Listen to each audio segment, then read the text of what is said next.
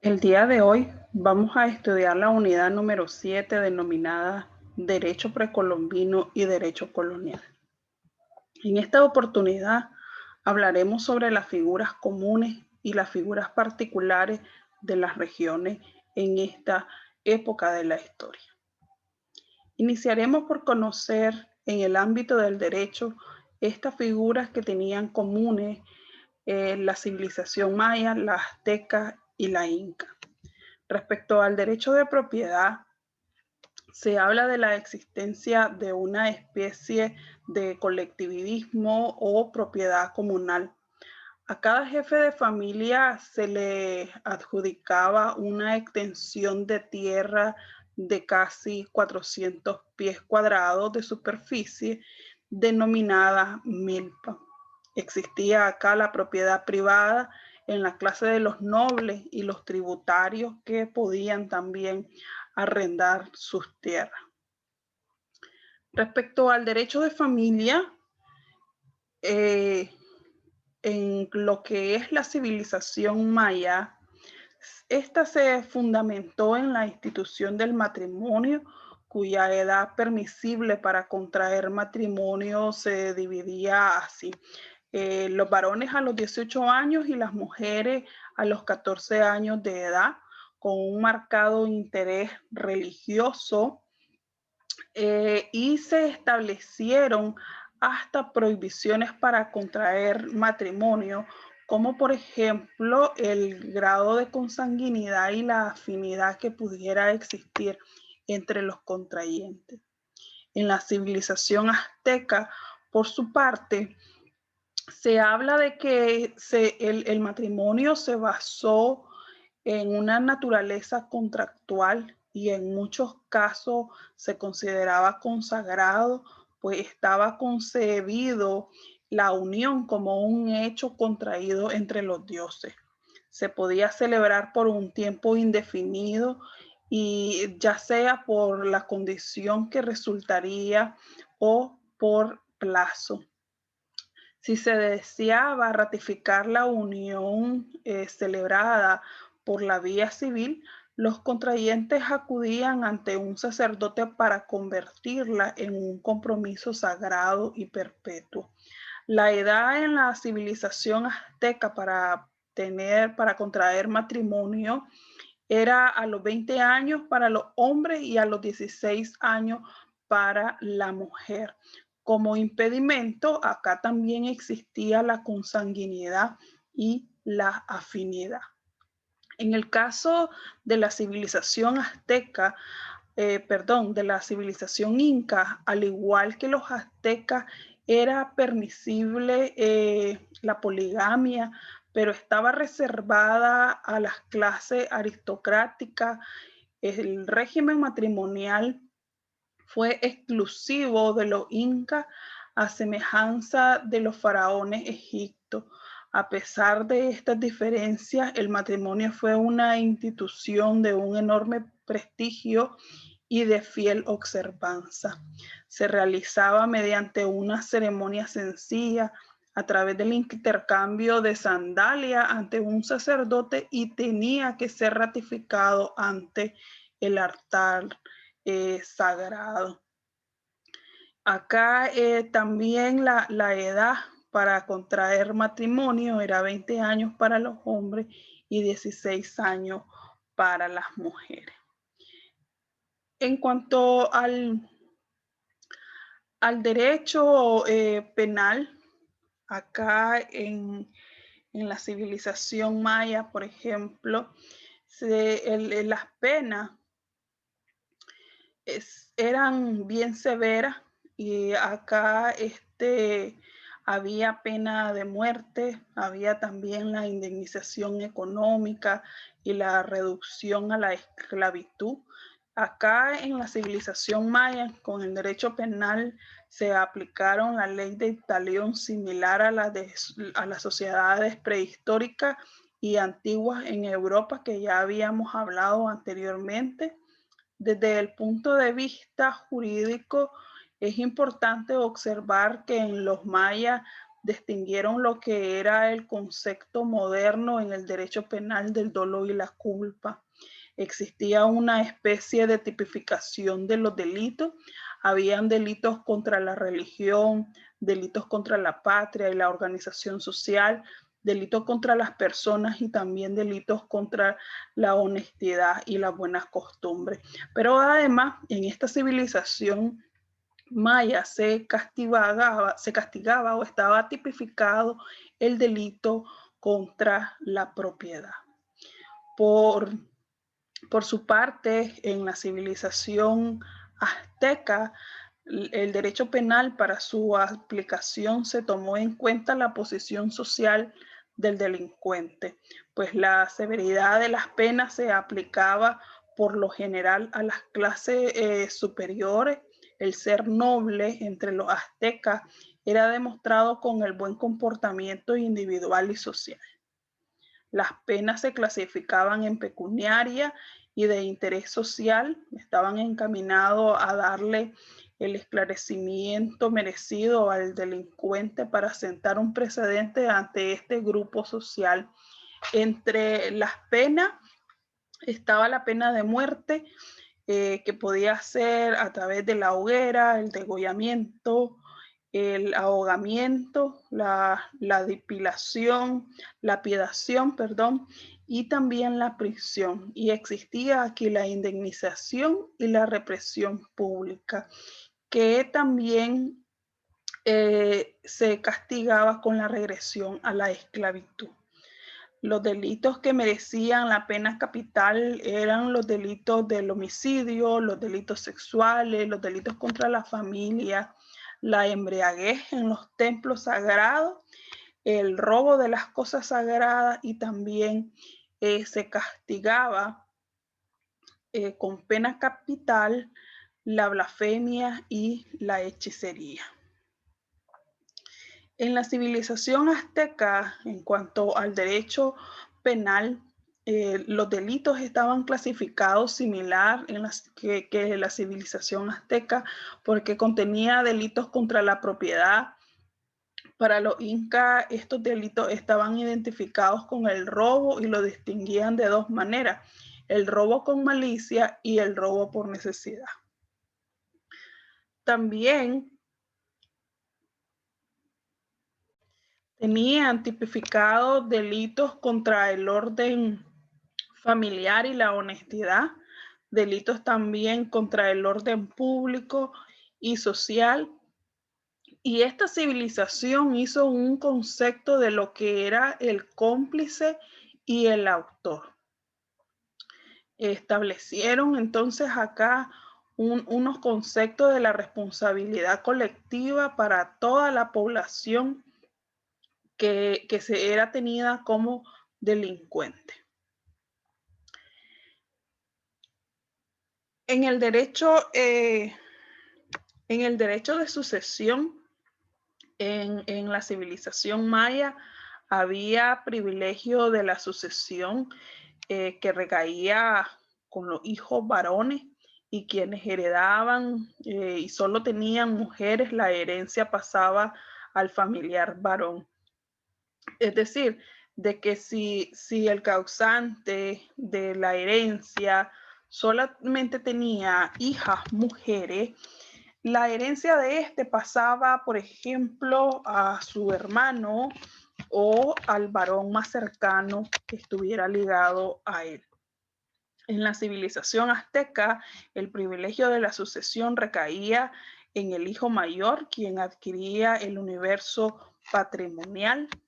Y en la civilización inca tenía derecho a suceder del patrimonio familiar cualquiera de los hijos, pero existía una condición: que el heredero debía de disfrutar el causal hereditario con los demás que no figuraban en el testamento. Esta era una condición que evidenciaba el carácter social del imperio. Este no era restrictivo.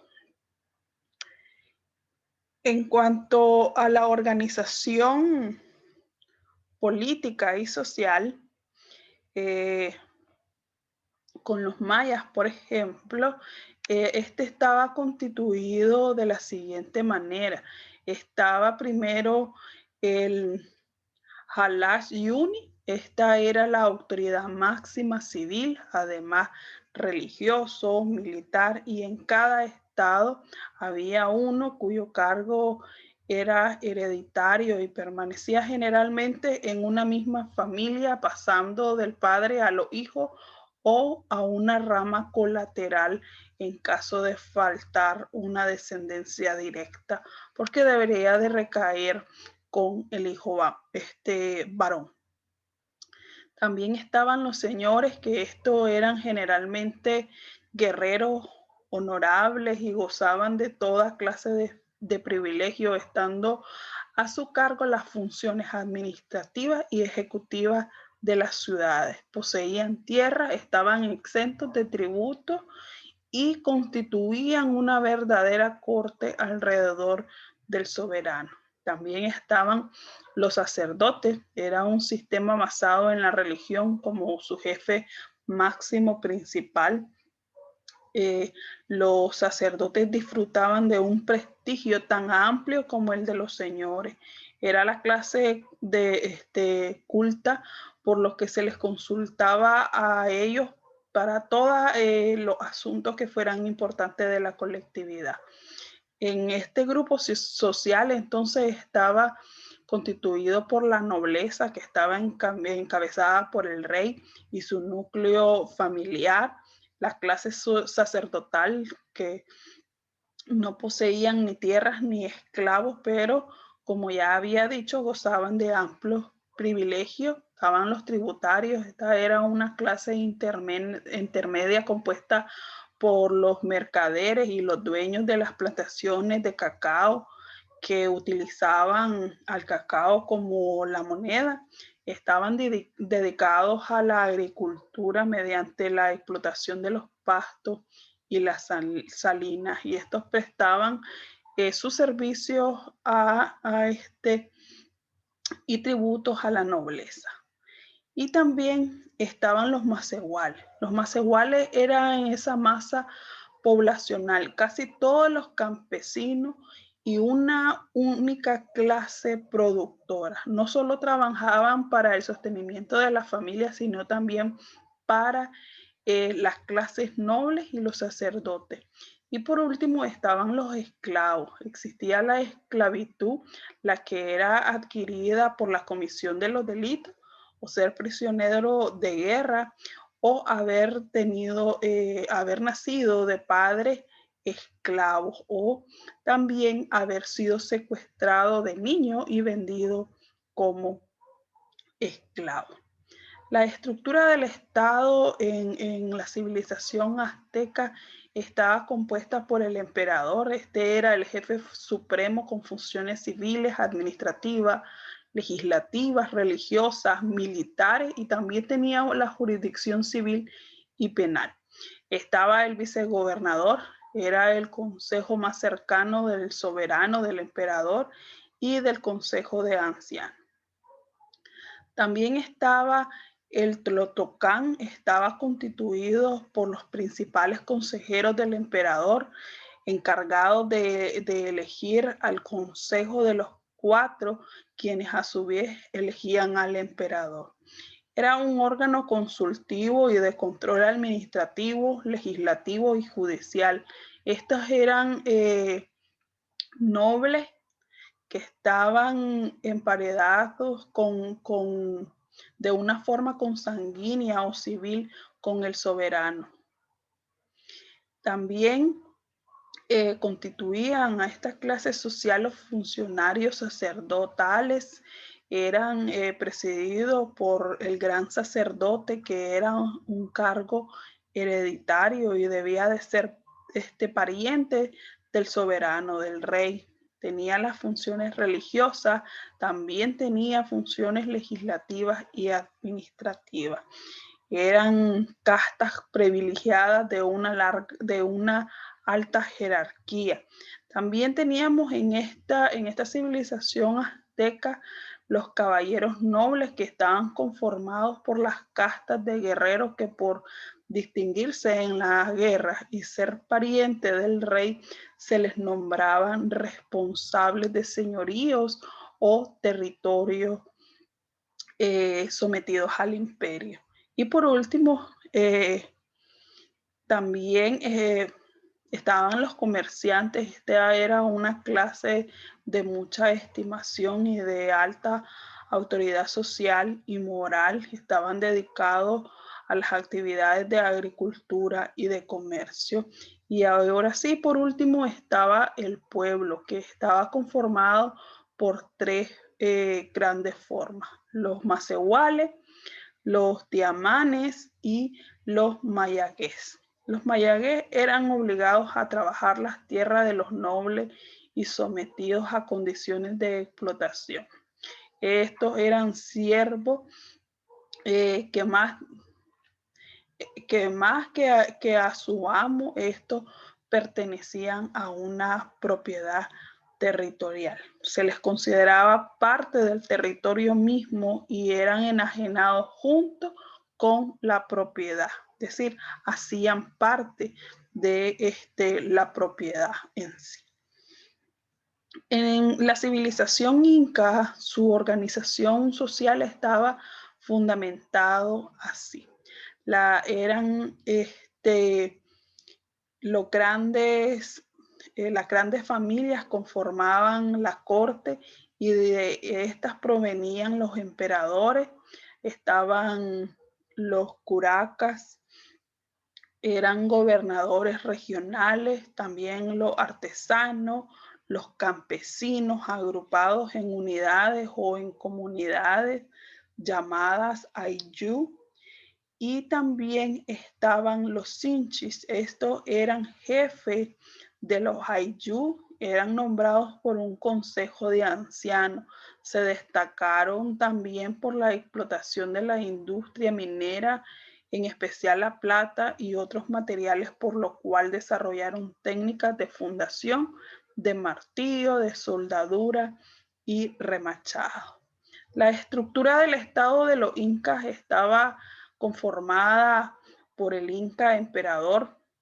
Estaba en la cima de la estructura política social, se consideraba el hijo del sol y era un cargo que al inicio se transmitía por la elección, pero luego quedó definida por la herencia. También estaba el sumo sacerdote. Este auxiliaba al emperador en lo referente al culto y también en la administración de la justicia. Estaban los consejos de ancianos, que la misión era el de asesorar al emperador.